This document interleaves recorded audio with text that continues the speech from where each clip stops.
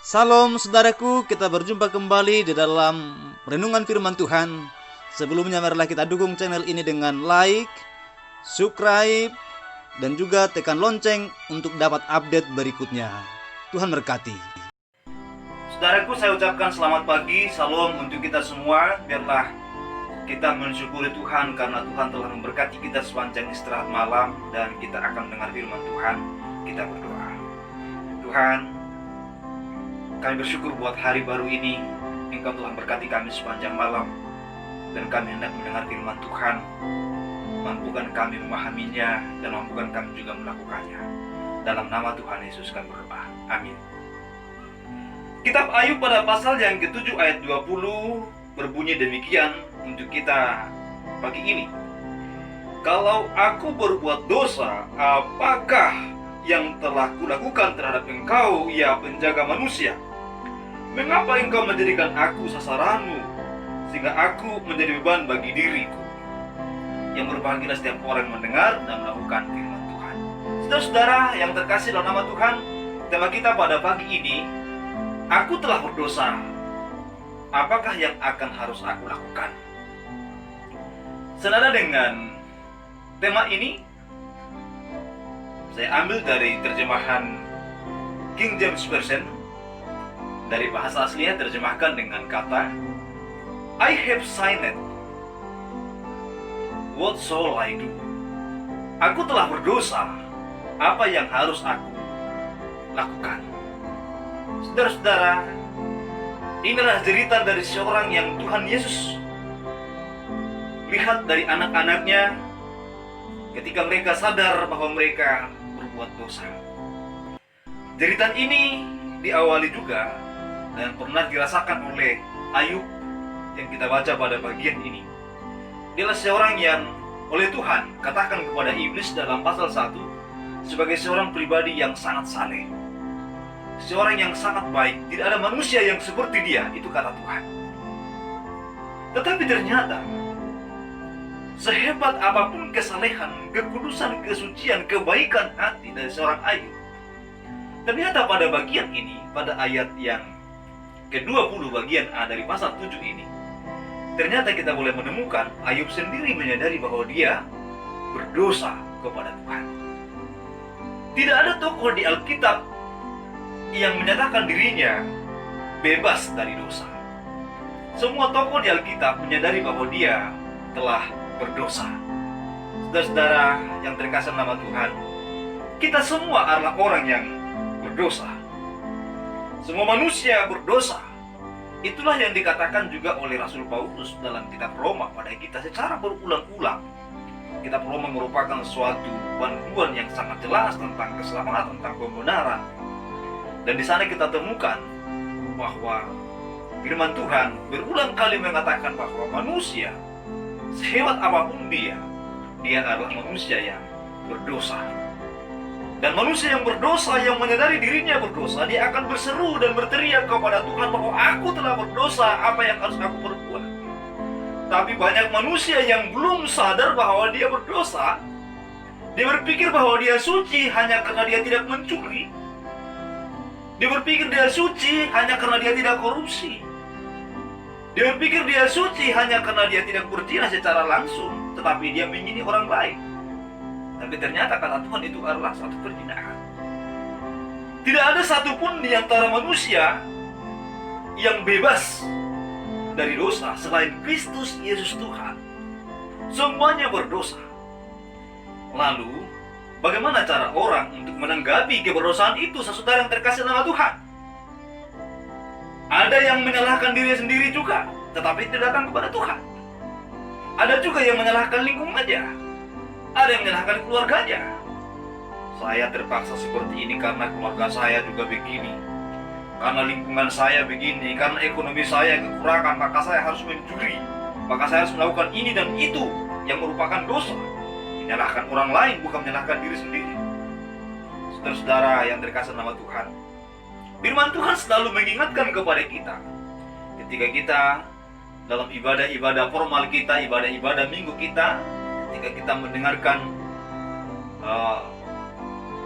hukum Tuhan, kita akan selalu diingatkan bahwa jika kita berkata bahwa kita tidak berdosa, kita menipu diri kita sendiri dan kebenaran dalam diri kita.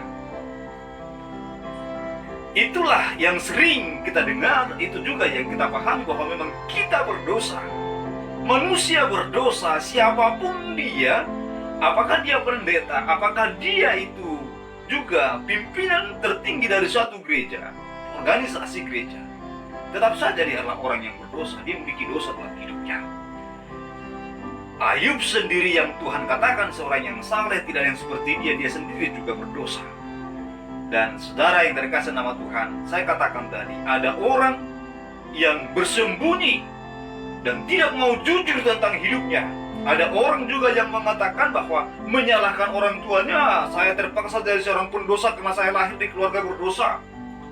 Saya menjadi orang berdosa karena ekonomi. Saya mencuri karena ekonomi dan lain sebagainya. Saudara terkasih nama Tuhan, semua itu hanya cara untuk menipu diri sendiri. Hanya cara untuk mencoba menghindar, lari dari kenyataan. Kenyataan hidup bahwa dia berdosa, dia butuh Tuhan. Saudara yang terkasih nama Tuhan, ada satu kisah yang sangat luar biasa yang pernah saya dengar. Satu kisah novel Skotlandia yang sangat hebat, kisah Lady Macbeth namanya. Suatu ketika Lady Macbeth menyuruh suaminya untuk membunuh Raja Dunstan, Raja Skotlandia pada waktu itu. Lalu ketika di rumah dengan perlahan-lahan suami dari Lady Macbeth ini mengambil pisau bulati, diam-diam dia menusuk Raja Dunstan dan mati. Dan kemudian saudara terkasih nama Tuhan, dengan tangan yang berlumuran darah, dia pergi kepada Lady Macbeth dan berkata, "Lihatlah tanganku yang berlumuran darah ini." Lalu Lady Macbeth berkata, "Apa? Sedikit air dapat membersihkan tangan. Pergilah, cucilah tanganmu untuk membersihkan tangan." Saudara terkasih nama Tuhan, dalam kisah novel ini dikatakan bahwa suaminya ini berkata kepada Lady Macbeth bahwa air seluruh samudra Neptunus saja tidak akan mungkin membersihkan noda ini. Saudara yang terkasih nama Tuhan, penyesalan terus ada pada dirinya karena dia telah berdosa, karena dia telah membunuh seorang raja, seorang anggota keluarga. Dan dikatakan tidak ada yang dapat membersihkan noda ini. Noda apa? Bukan noda percikan darah itu maksudnya, tapi dosa yang ada dalam dirinya. Saudara-saudara yang terkasih nama Tuhan, tidak ada yang dapat membersihkan dosa kita.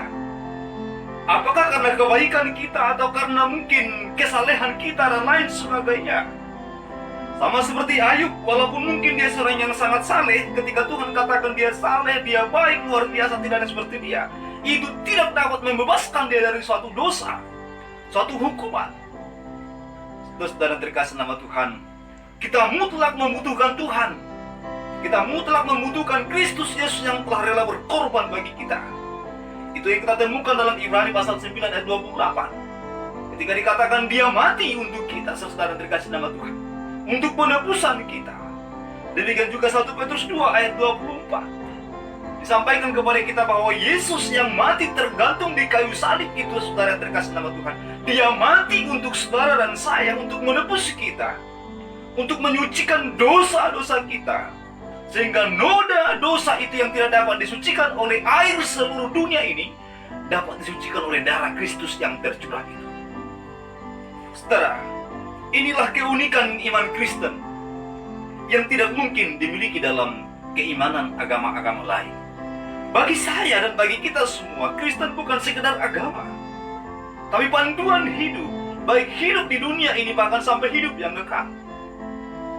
Di dalam kekristenan kita diajar bahwa penebusan kita hanya datang dari Kristus Tuhan, bahwa dia yang tergantung di kayu salib untuk menebus Anda dan saya. Dia juru selamat kita. Biarlah kita hari ini beraktivitas untuk memuliakan Tuhan, karena dia telah mati bagi kita, menebus dosa-dosa kita. Dan jangan berbuat dosa lagi. Bagi saudara yang belum mempercayakan hidup saudara kepada Kristus Tuhan, percayakanlah hari ini. Milikilah Tuhan sebagai juru selamat. Dan saudara yang terkasih nama Tuhan, bagi kita yang sudah sungguh-sungguh percaya kepada Tuhan, layanilah Tuhan dalam hidup kita. Hari ini biarlah hari yang penuh berkat bagi kita semua. bukan saja berkat jasmani, tapi juga berkat rohani. Yesus Juru Selamat kita, Tuhan kita. Mari kita berdoa. Bapa yang Maha Baik, sebelum kami beraktivitas, kami diingatkan oleh firman Tuhan bahwa sehebat apapun kami menjaga hidup kami tetaplah manusia yang berdosa. Kami membutuhkan Kristus untuk penebusan kami, untuk menyelamatkan kami. Dan kami yang sudah diselamatkan, kami yang sudah percaya kepada Kristus Tuhan, berilah kami api roh-Mu yang menyala-nyala untuk melayani jiwa-jiwa, untuk membawa jiwa banyak bagi kemuliaan hormat bagi nama Tuhan. Terima kasih Bapa. Jamah saudaraku yang hari ini mendengarkan bagian ini, biarlah mereka juga Tuhan boleh memahami dan juga menjadi pelaku kebenaran firman. Yang belum percaya boleh menjadi percaya, yang sudah percaya boleh semakin bersungguh dalam Kristus Tuhan. Ketika mereka dalam tubuh yang lemah, Tuhan kuatkan, atau yang sakit, biarlah mereka sembuh. Yang berkekurangan, biarlah mereka mendapat kelimpahan daripada Tuhan. Dan doa kami kepadamu ya Allah. Kami tahu mungkin ada beberapa di antara saudara-saudaraku yang hari ini mengalami kelemahan dan keletihan dan lain sebagainya. Tuhan, Engkaulah yang akan memberikan kekuatan dan pertolongan. Terpujilah Tuhan. Dalam nama Tuhan Yesus kami siap beraktivitas hari ini dengan berkat dan pertolongan Tuhan. Haleluya. Amin.